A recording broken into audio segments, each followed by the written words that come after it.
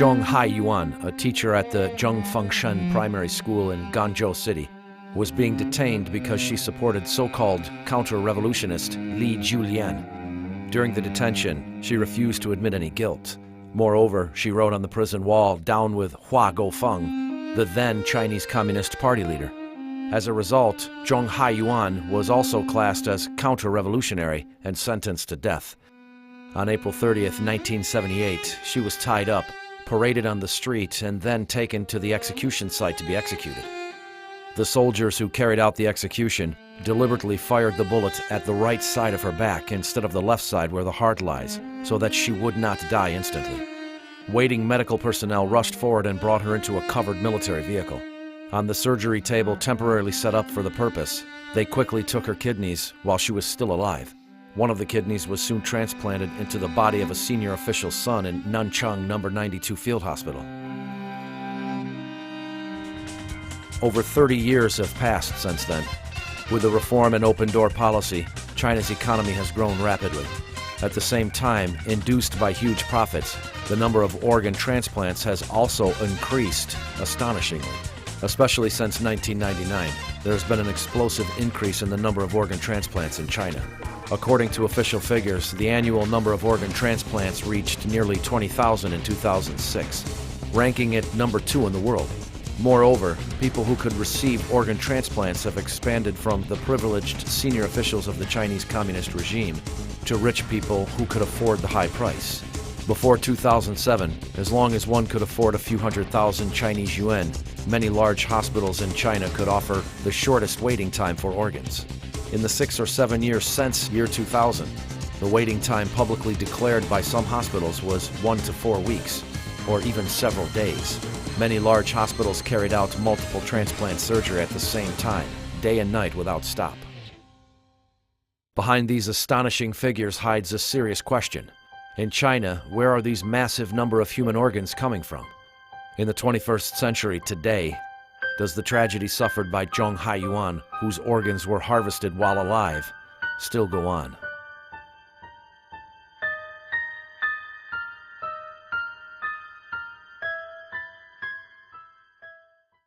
The United States is the largest organ transplant nation in the world. It has a well-established national database of organ donors and recipients. It also has a highly effective shared network for nationwide organ transplants. About 80 million people voluntarily agree to donate their organs after their death. At the same time, the number of organ donations from relatives is also very large. Even with a system like this, the average waiting time for organ transplants in the U.S. is still quite long. The heart, about 8 months. The liver, 26 months. And the kidney, 37 months. Why is this? Because the organs used for transplants must be from healthy people. Moreover, the organ's ischemia time during the transplant must be very short. The kidney requires less than 12 to 24 hours. The liver is 12 hours, while the heart is 4 to 6 hours. Therefore, unless they are donated from living relatives, the organs used for transplant can only be from healthy voluntary donors who have just died. Not only that, patients can only accept organs matching their blood types and tissue types. Take kidney transplantation as an example. According to National Kidney Foundation of the United States, the chance of getting a perfect match kidney from a non-relative donor is only 6.5%. Obviously, the probability of getting a suitable healthy organ is quite small. In China, due to cultural reasons as well as a lack of related legal safeguards, the number of voluntary organ donors is pitifully small. Up to September 2007, China had only 61 organ donors in total from brain death. Organ donation from relatives only accounts for 1.1% of total organ transplants there. Although legal and legitimate organ sources are very rare, large hospitals in China never seem to worry about sources of organs. The Oriental Organ Transplant Center used to claim on its website the average waiting time for a suitable liver is 2 weeks. On the application form for an organ transplant at the Organ Transplant Department of Shanghai Changjung Hospital of the 2nd Military Medical University, it once clearly wrote, the average waiting time for a liver transplant is 1 week among all patients. Established in 2003 and closed in September 2007, the China International Transplantation Network Assistance Center was an organ agency for foreigners. It was situated at the Organ Transplant Research Center of the first affiliated hospital of China Medical University in Shenyang, Liaoning Province. Through this agency, as for the kidney transplantation, it may take 1 week to find a suitable donor, the maximum time being 1 month. It further goes on to say, if the doctor discovers that there is something wrong with the donor's organ, the patient will have the option to be offered another organ donor and have the operation again in 1 week. China's Sanlian Life Weekly reported on April 7, 2006, about 98% of organ sources in our country are controlled by authorities other than the Ministry of Health. What are those authorities other than the Ministry of Health? The article did not specify. Before its closure, the Chinese International Transplantation Network Assistance Center disclosed even more astonishing information. The website's question and answer section contained the following set of questions and answers. Question: even if the organ transplant operation is successful, is the survival time after the surgery only 2 or 3 years? Answer: indeed, we often hear this kind of query, but this refers to the kidney transplant cases in Japan where organs were taken from brain-death corpses. In China, kidneys are taken from live bodies. This is completely different from what Japanese hospitals do. Question: is it possible to be infected with other diseases such as HIV or hepatitis after the kidney transplantation? Answer: it is not necessary to worry about that. The biggest problem with a kidney transplantation is the tissue match. Before the living kidney transplantation, we will examine the donor's renal function and leukocyte in order to assure the safety of the kidney. So it is more safe and reliable here than in other countries, where the organ is not from a living donor. The question-answer section disclosed a clear and explicit message. The organs are not from corpses or brain death victims. Instead, they are from living people. In fact, the China International Transplantation Network Assistance Center is not the only living organ provider in China. Here is a phone conversation between an investigator posing as a patient's relative and a doctor in the First People's Hospital of Shanghai Jiao Tong University. 你好，你是肝移植中心，它的号码是多少？转接中，请稍后。喂，你好。喂，你好。我现在有一个表妹啊，丙型肝炎18年了，是慢性活动性，丙型肝炎。但是现在我跟你讲，你这个肝移植是可以的。那我就问啊，要等多久？工体有天天有现在我们今天就来做。不是，你现在又不是说是有新鲜的，有活的人的，你这个都是活的。啊？都是活的。The precondition to ensure the supply of such large number of human organs for such short waiting times is the existence of a large organ bank of live donors. Furthermore, this group of people must be under strict control so that their physical conditions could be examined any time. Whenever a transplant patient arrived, a matching donor would be found from the bank. His or her organs would be taken out for the transplantation in order to ensure the organ's freshness and vitality. So what kind of people form this live organ bank? The international community commonly believe the allegation that the Chinese communist regime takes organs from the executed prisoners for transplants. However, this single source of organ supply cannot account for the explosive increase in the number of organ transplants in China during the past decade. Although the exact number of the executed prisoners in China is a so-called state secret, the state-run China News proclaimed in its report on September 6, 2007. For more than a decade, the people's courts have been very careful with and taken strict control in giving out death penalties. The number of executions have been decreasing steadily.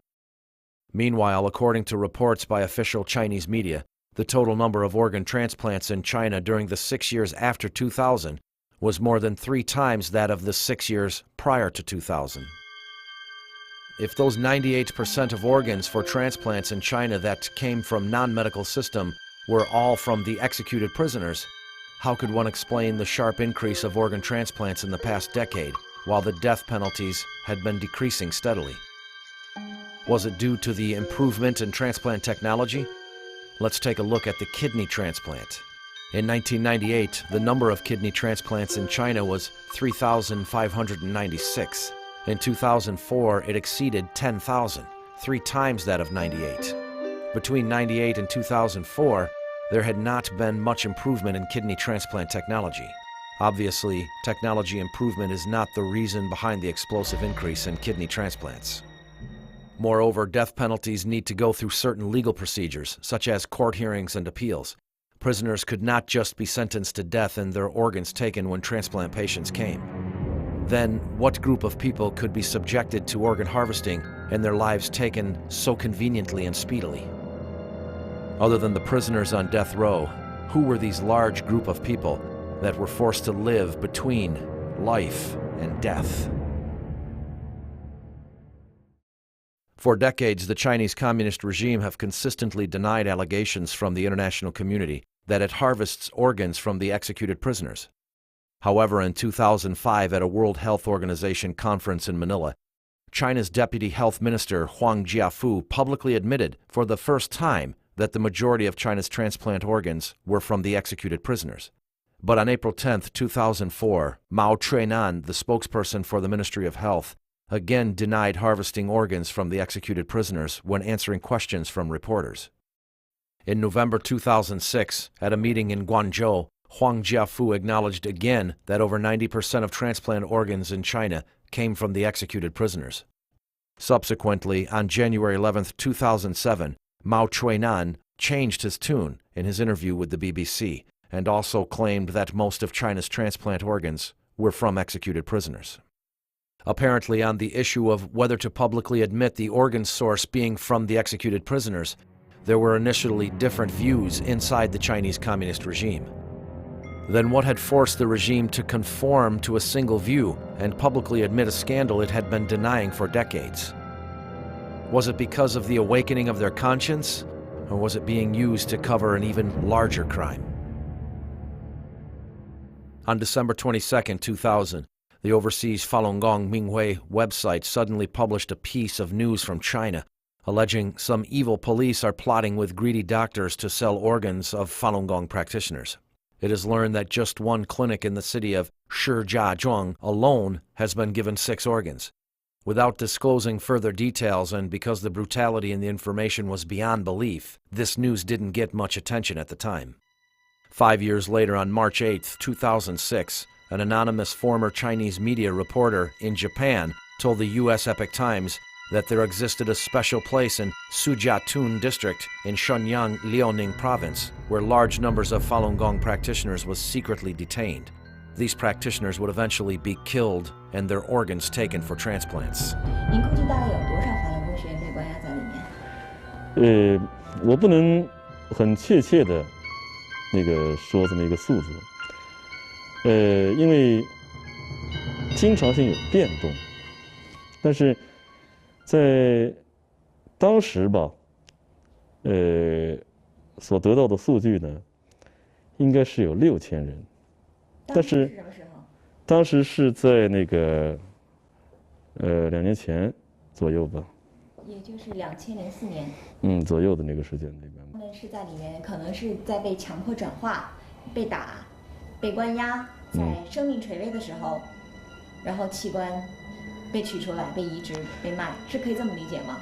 对，我认为是这个情况，但是，他们一定是在一种什么样的一种情况下，是被迫的，就是说，或者说是在毫无知觉的情况下，上了手术台，取出了他们的脏器，我认为是这种情况。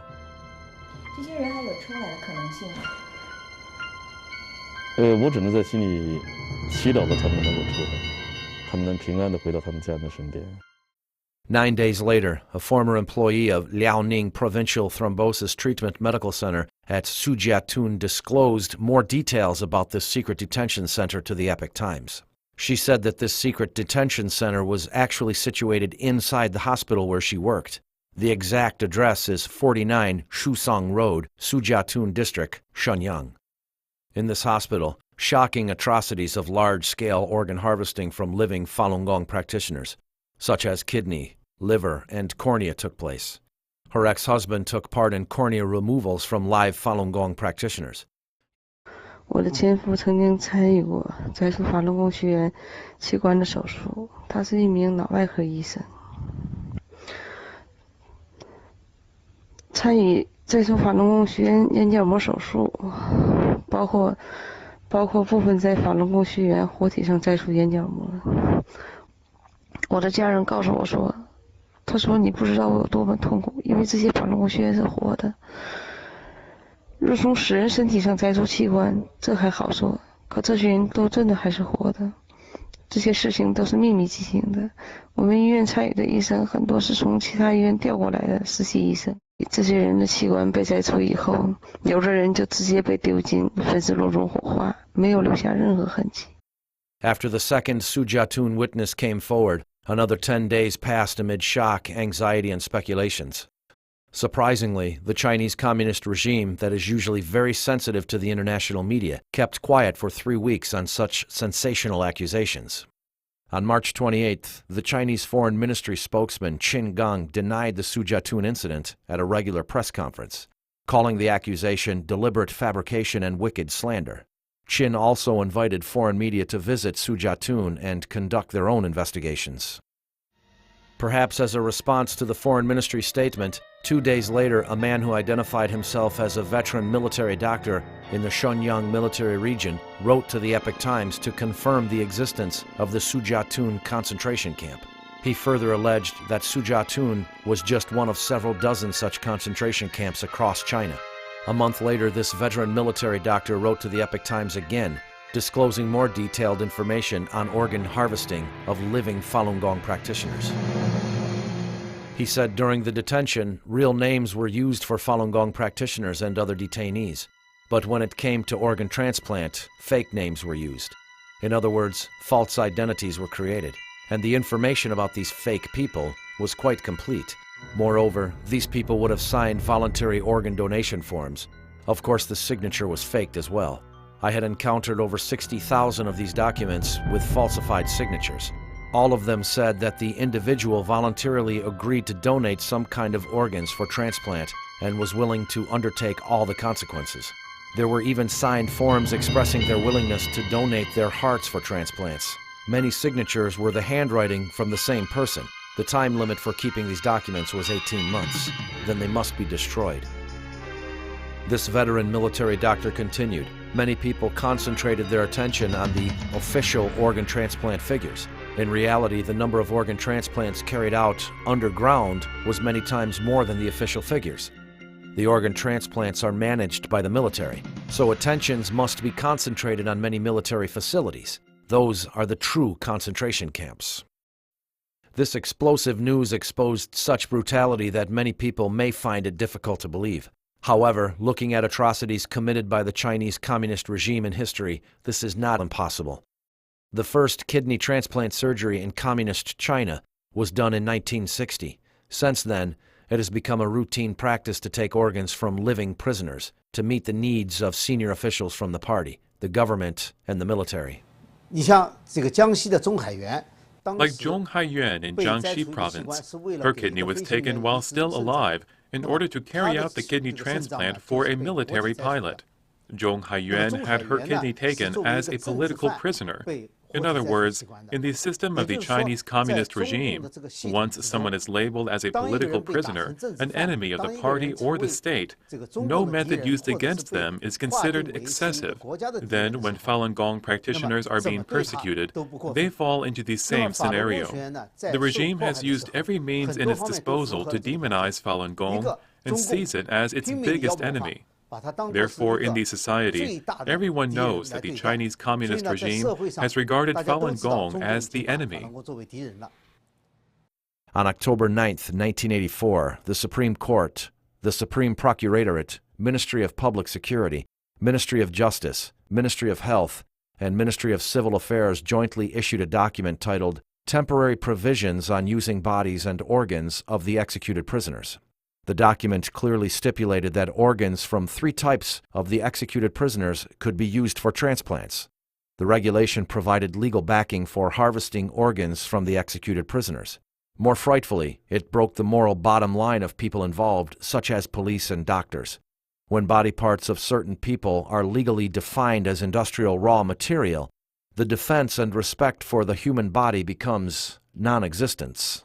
When they went to appeal to the government, many Falun Gong practitioners destroyed their ID cards to avoid implicating others. When arrested, they would also not give their names or where they are from. Therefore, to the Chinese communist regime and those people who want to take organs from living people, these practitioners become the most suitable targets for organ harvesting, as their disappearances would not be discovered or reported. Without a doubt, organ transplantation is a highly lucrative business. The Organ Transplant Center of the People's Liberation Army No. 309 Hospital claimed on its website, "Our transplant center makes most money for clinic department. From January to June of 2004, income was 13.57 million yuan. This year, 2004, it is likely to exceed 30 million yuan." According to an article in the Southern Weekend, on July 18, 2007, the Oriental Organ Transplant Center in Tianjin made huge profits. Liver transplants alone brought the center at least 100 million yuan a year in income. In September 2006, the new building for the Oriental Organ Transplant Center, costing 130 million yuan to build, opened for business with 500 beds. The explosive increase in China's organ transplants started with the persecution of Falun Gong in 1999. The Sujiatun incident and the inside information disclosed by a veteran military doctor from Shenyang made people realize for the first time that body parts from innocent Falun Gong practitioners might have become the raw material for this industry. After the Sujiatun incident came to light, representatives from the U.S. Embassy and the U.S. Consulate in Shenyang were given 2 guided tours of the Thrombosis Treatment Medical Center in Sujiatun, once accompanied by hospital officials, once by officials from China's Ministry of Foreign Affairs. After the visits, they issued a statement declaring that they found no evidence that the site is being used for any function other than as a normal public hospital. Meanwhile, responding to the invitation issued by China's Foreign Ministry spokesman Qin Gang to the international media, the Coalition to Investigate the Persecution of the Falun Gong in China, a non-governmental organization formed by Falun Gong practitioners, third-party lawyers, scholars, and journalists, applied for visas at China's overseas embassies and consulates, requesting to go to China to independently investigate the Sujiatun incident. All the applications were uniformly refused. On the one hand were detailed inside stories.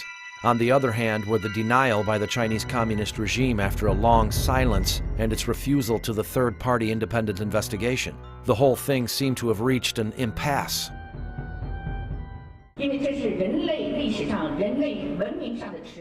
If the world turned a blind eye on such horrific and detailed allegations, it would be a disgrace to all of humanity. Even though the Chinese Communist regime set up many barriers to the independent investigation, people with a sense of justice did not give up. They expanded their focus from Sujiatun to the whole of China and were determined to find out whether the regime really harvested organs from living Falun Gong practitioners. On May 8, 2006, at the request of the Coalition to Investigate the Persecution of the Falun Gong in China, former Canadian Secretary of State for the Asia-Pacific region David Kilgour and renowned international human rights lawyer David Matas formed an independent fact-finding team to investigate the allegations that the Chinese Communist regime had been harvesting organs from living Falun Gong practitioners. On June 2nd, the 2 investigators sent a letter to the Chinese embassy, inquiring about the terms of their entry into China to carry out a truly meaningful independent investigation, free from the Chinese government surveillance. On June 23rd, the Chinese embassy in Canada rejected Kilgour and Matas' visa applications. However, one person did succeed in entering China. He was Mr. Edward Macmillan Scott, Vice President of the European Parliament. From the May 20th to the 24th, 2006, during his preparation for a Human Rights and Democracy report for the Foreign Affairs Committee of the European Parliament, Mr. Macmillan Scott went to Beijing and met various officials, including European Union delegates, public figures, as well as 2 Falun Gong practitioners from Beijing, Niu Jinping and Cao Dong. Cao recounted to him what he witnessed in the jail. Cao Dong is in his 30s. He'd been a prisoner in northern China, and he gave a very nervous, understandably, very nervous report of what he had seen in that prison. I asked him whether he was aware of the practice of what is known as organ harvesting, which is taking body parts from prisoners to order, in effect. This is a trade which is run by the People's Liberation Army for profit. And he said he could only tell me that he had a friend, another Falun Gong practitioner, in the prison in northwest China. And the friend disappeared one day.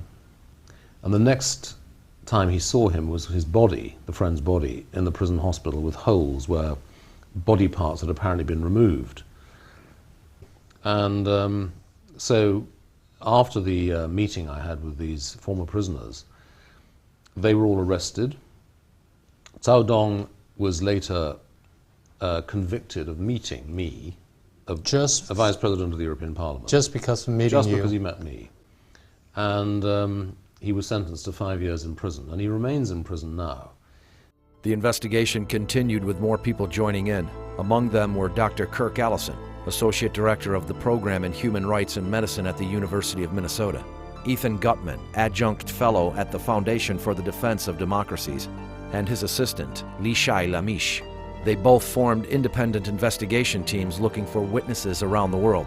They interviewed Falun Gong practitioners who had been imprisoned by the Chinese Communist regime and searched for recipients of organ transplants in China, the organ intermediary agents, and also doctors involved in the transplant surgeries. The first thing people wanted to know was the experience of Falun Gong practitioners who had been imprisoned by the Chinese Communist regime. What did they see? What did they hear? And what did they experience personally?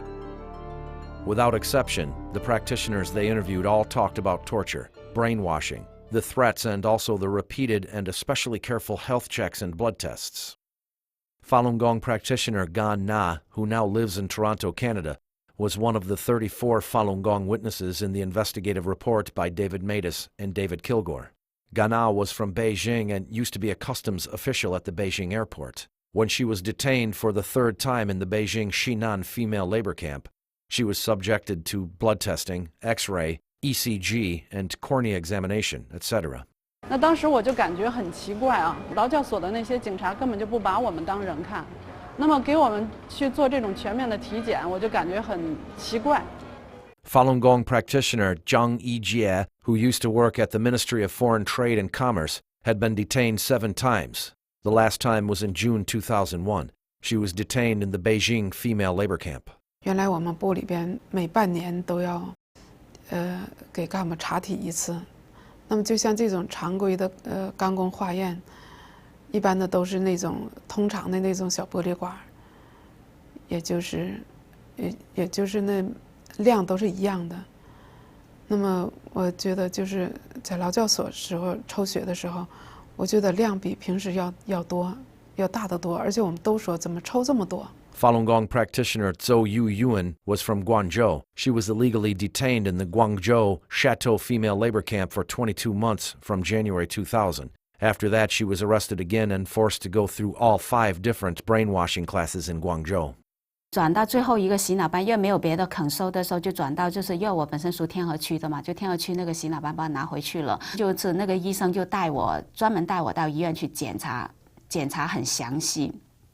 检查得很详细，还有那个脑电图什么，当然抽血那是必然的啦。当时令我觉得很奇怪的就是做那个心脏那心脏的检查，他们做得非常非常的仔细。结果后来又带我去检查，然后检查完了以后，他觉得又要带我再去做那个心脏彩超，所以那时候我就说我心脏也没问题，他们为什么老是在我这心脏上面做文章 ？They would do an X-ray of the chest and the abdomen. They would do a sonogram of the liver and the kidney area. They would do a very large blood sample, and sometimes they would take the blood out and put them in 8 different tubes, which suggests that they're doing tissue typing, that is, testing for diseases, any diseases that would make their organs unusable, also trying to see whether there is a proper blood type and tissue type match for a potential recipient of the organ. Then they were also doing a lot of urine samples to see the health of the kidney function. On the one hand, Falun Gong practitioners were tortured inhumanly. On the other hand, there were these strange health checks and blood tests. Many Falun Gong practitioners were puzzled with these self-contradictory behaviors. More strangely, the doctors who carried out these health checks were not interested in treating injuries. They were only interested in healthy people. 我在劳教所的时候就生生的被他们毒打迫害，就是致使2个膝盖和腰就是受了重伤。那么在劳教所的时候，我的膝盖有几次就是那个伤痛复发，肿的就像小孩头一样。那么那个就是在班长啊和那个包夹几次的跟那个干警要求下，他们都不带我上医院的。Here, what we're told, for example, in Masanjia, when the women were taken into Masanjia labor camp, and they went into the hospital clinic to check their health, if somebody came in on a stretcher, that is, they were lying down from torture, they'd already been beaten in the detention center or in Masanjia, then the doctors would look at them and just wave them away. So if they were visibly injured or sick from torture, they would not be interested at all.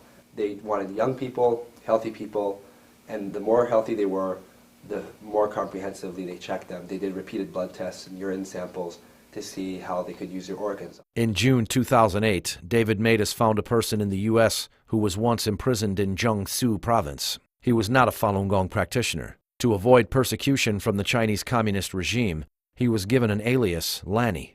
During a 2-year imprisonment between March 2005 and the beginning of 2007, Lanny was transferred between 17 different cells. The prisoners who had been there for a long time told him that during 2002 to 2003, at least 2 to 3 Falun Gong practitioners in every cell had their organs removed while still alive. 因为在看守所里面，每年都要进行这至少2次的体检吧。关了很多年的老犯人呢，就偷偷的告诉我呢，这就是要摘这些人的器官。你看这些身强力壮的小伙子呢，都是要摘他们的器官了。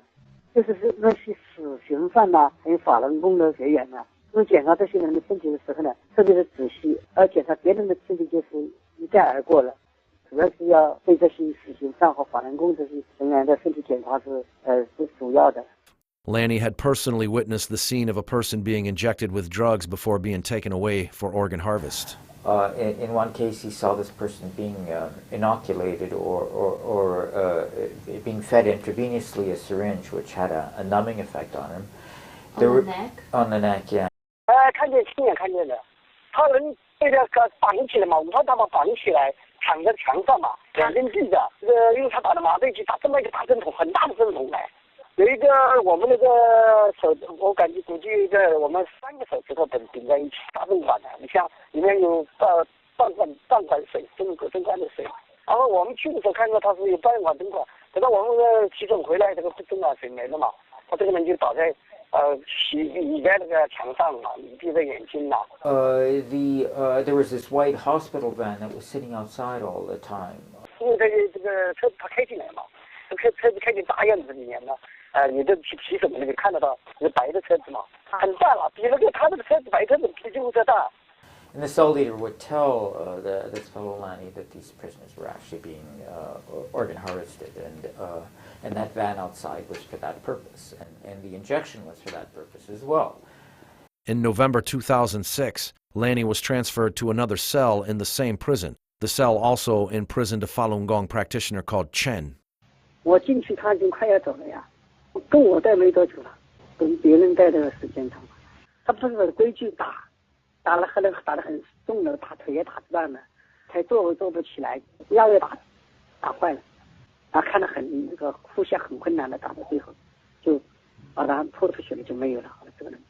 The cell leader was basically the same routine he'd seen for the prisoner sentenced to death.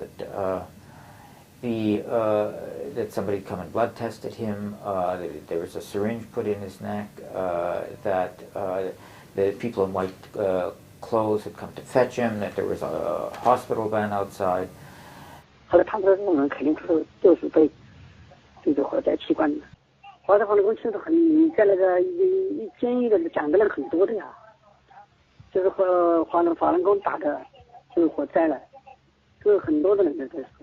因为你活在机关跟那个枪毙人，在监狱里都知道是清清楚楚的，没什么这个隐瞒的事情，好像在外面你们都不知道就是。Witness Lani indicated that the purpose of police beating Falun Gong practitioners severely was sometimes for their organs. If a practitioner's blood and tissue type matched that of a patient who needed an organ transplant, then this practitioner became a target of severe beating. 他是看，就是说他看准了是这个人是那个病人所需要的人，他就打这个人。对他严格，他就对他特别严格，动手打啊，同时那个迫使你那跟警察闹翻的，先从小闹翻，开始就打你，打你然后你打了你不服气，你再闹打了，打了几次的话你打伤，把你打到那个肋骨打断呐，腿打断呐。The statement by witness Yu Xin-hui in his interview with Ethan Gutman and his assistant Li Shai Lamish also confirmed what Lani described. For example, a man we interviewed in Bangkok, he escaped to Bangkok, his name is Yu Xin-hui, and he was jailed for 6 years at Sihui prison in Guangzhou in the south. He said it was common knowledge among the prisoners that people were taken regularly whenever somebody needed an organ, when an official needed an organ, when some rich person needed an organ, that they were taken and removed from the prison. And sometimes the other inmates or the guards would threaten him and say, if you don't cooperate, we will kill you and we will sell your organs. 其实我们在监狱都知道，只要你死，或者说你还没死或者怎么样，其实你都要把你的器官搞定。Yu Xin-hui had experienced 3 health checks in the prison.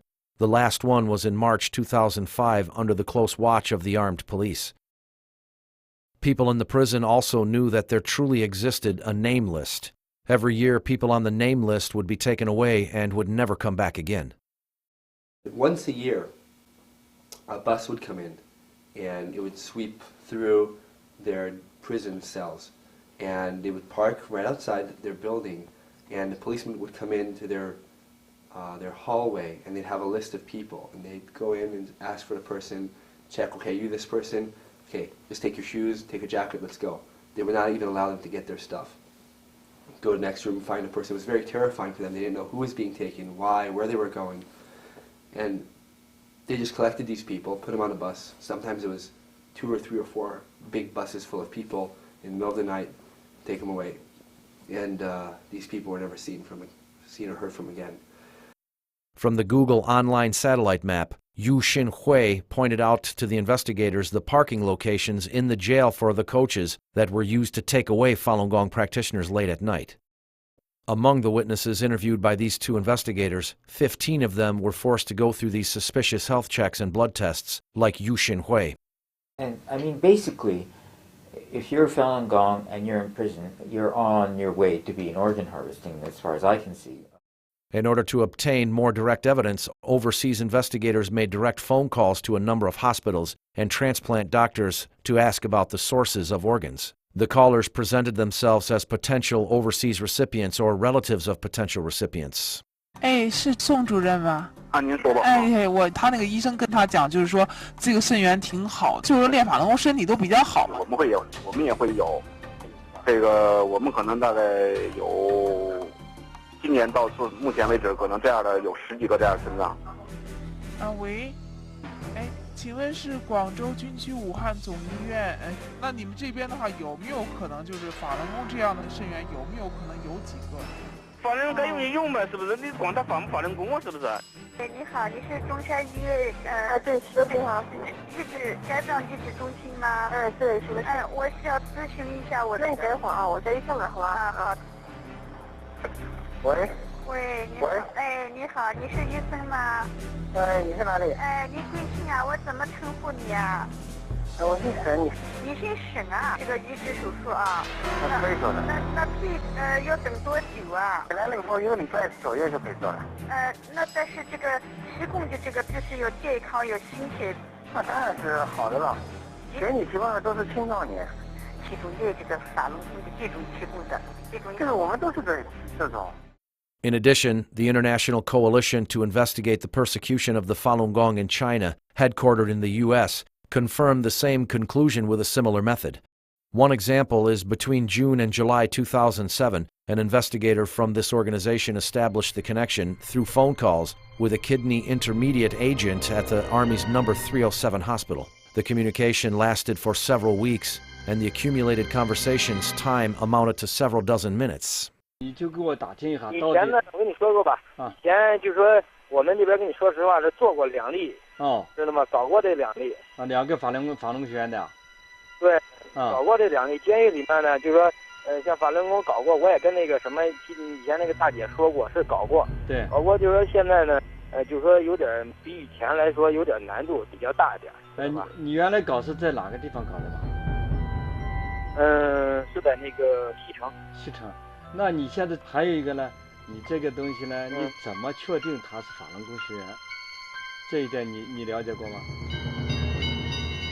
那怎么确定法轮功学员？到时候我们这边头上面有人会给你出现资料，知道吗？他会出资料给你，这没放心。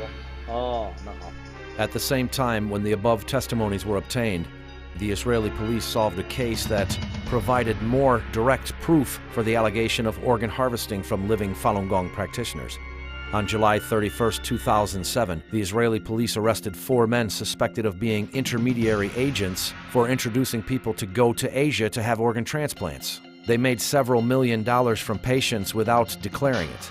The arrested suspects were the CEO of Medict, Yaron Ishak Yodakim, and his partners. The largest newspaper in Israel, Yedioth Ahronoth Latest News, reported that on November 17, 2006, unaware that their conversation was being recorded, Yodakin told a disguised reporter for the newspaper's weekend magazine that his company could help to provide organs from China's political prisoners, death row prisoners, and Falun Gong practitioners. After the publication of this report, the Israeli authorities started a long investigation of him and confirmed the content of the report. Faced with the investigation by the international community, the Chinese Communist regime responded with its usual manner. The spokesman for the China's foreign ministry, Qin Gong, stated, 我们认为呢，这样的一个报告总体上是不客观、不公正、不公平的。 On the one hand, the regime, without any proof, firmly denied the allegations. On the other hand, it quietly set up various obstacles to the independent investigations. In August 2006, in Melbourne, Australia, Parliament member Victor Purton invited David Kilgore to give a speech in a forum. As a result, the Chinese consulate sent a letter to all members of the parliament asking them not to attend this forum. In September 2006, in Helsinki, Finland, the Human Rights Committee of the Finnish Parliament received a phone call from the Chinese embassy, asking them not to meet with David Matas. In May 2007, the Belenson Hospital near Israeli capital Tel Aviv organized a seminar about organ transplants. They invited David Matas to make a speech. The Chinese embassy exerted pressure on Israeli Foreign Minister and Health Ministry, demanding them to cancel the seminar or cancel the invitation to Matas. The websites of China's organ transplant centers also changed quietly. Many figures about the number of organ transplants and the waiting times were deleted or modified. Some websites disappeared completely. However, some of these original materials could still be found at their archived locations. Refined propaganda tools were also used by the Chinese Communist regime to respond to the investigations. Since June 2006, the independent investigative reports by David Matas and David Kilgore have received extensive attention in the international community. As a response, in June 2007, the Phoenix TV in Hong Kong, which is backed by the Chinese Communist regime, produced and aired a TV documentary titled An Investigation into David's Investigative Report. In this documentary, it used interviews with some officials and doctors named in the investigative report to deny the report's conclusion. The DVDs of this documentary were distributed by the Chinese Communist regime's overseas organizations. However, this documentary was full of flaws that just prove the authenticity of the investigative reports. One of the figures quoted in the Matas-Kilgore report was the data from the article, "The Organ Transplants Need to Set a High Threshold," published in China's official health news in 2006 from its interview with Shi Bingyi, committee member of the organ transplant branch of Chinese Medical Association. Shi Bingyi stated there were over 90,000 various organ transplants in total done in China. Just last year alone, about 10,000 kidney transplants and 4,000 liver transplants were carried out. However, in the interview by the Phoenix TV, Shi Bingyi categorically denied that he had mentioned such figures. 我没有说过这样的话，为什么？因为我头脑里就没有这样的数字，我没有过非常详细的调查哪一个时间段是多少例，我们没有这样的数字，所以我也不可能说。Shi Bingyi's original statements quoted in the David's report can still be found on the internet. Moreover, the article was reprinted by many other Chinese domestic media. Similar organ transplant statistics given by other experts from the organ transplant branch of Chinese Medical Association are also commonly available in China's government and media websites. Another kind of evidence used in the Matus and Kilgore report is the recording of the telephone conversations with large number of medical doctors in China. Among the doctors contacted, many of them admitted to have used organs from Falun Gong practitioners. Dr. Liu Guoping from the Guangxi Ethnicities Hospital was one of the doctors who were investigated. Phoenix TV interviewed Dr. Liu Guoping. In the interview, Dr. Liu acknowledged that he had received phone calls from the investigators and also admitted that he was asked the question in the recording, but he denied giving such reply, although the recording of his reply to the investigator was still available. The following is a comparison of what he told the investigator and what he said on Phoenix TV. 他问我那边是不是用的是法轮功的那些器官，但是我告诉他，我说我并没有参与这方面的手术，不知道他们器官是怎么来的，这方面我没办法回答他。Here is what Dr. Liu told the investigator on the phone. 那你的这个同学有没有跟你说过，他们做的这些都是几种法轮功的，是不是啊？这有些是法轮，有些是家属捐献的。那现在就是说，我想找这种给我的孩子找这种法轮功的，你估计他能帮我找到吗？那肯定能够找到。能找到啊。Dr. Liu also said on Phoenix TV. 他在这个报告里面说，你们以前用的法轮功供体是从监狱里面还是从看守所里面拿的？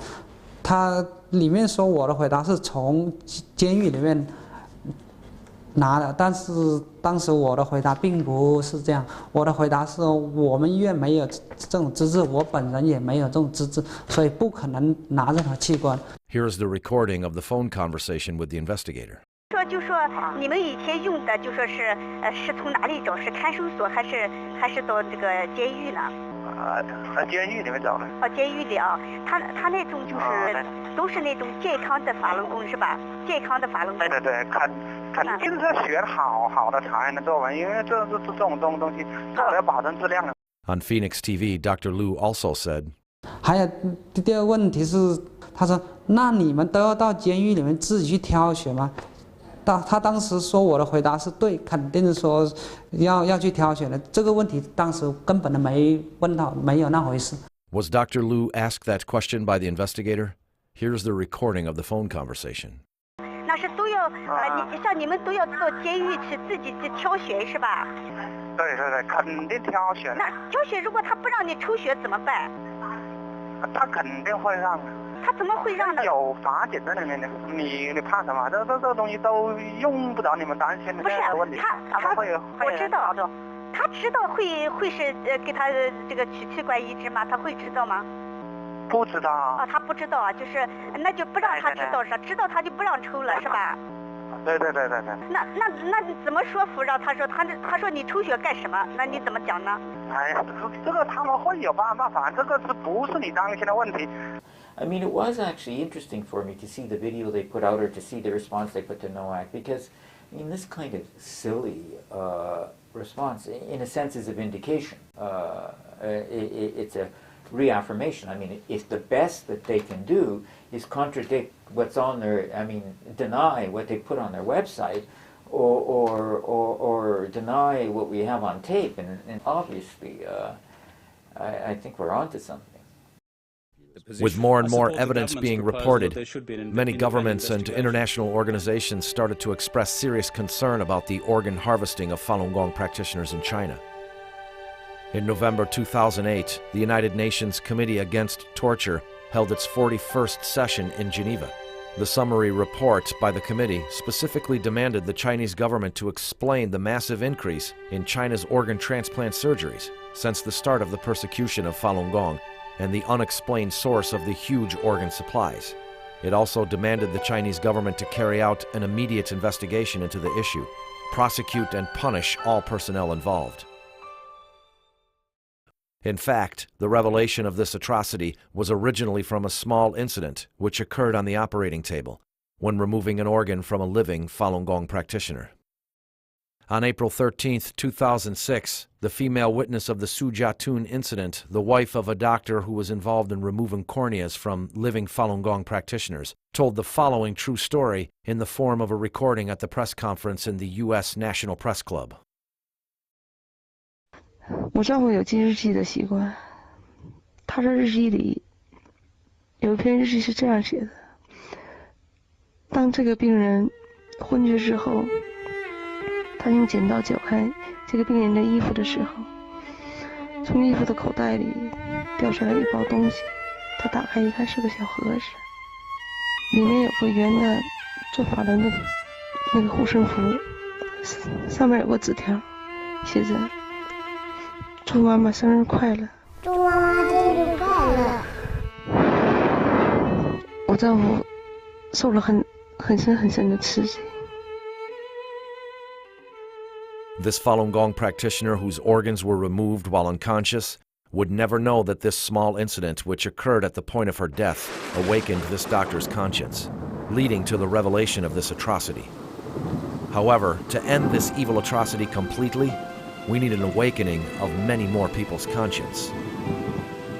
This unprecedented enormity has placed many innocent lives between life and death. Faced with this crime, each person's choice would place the conscience of humanity between life and death.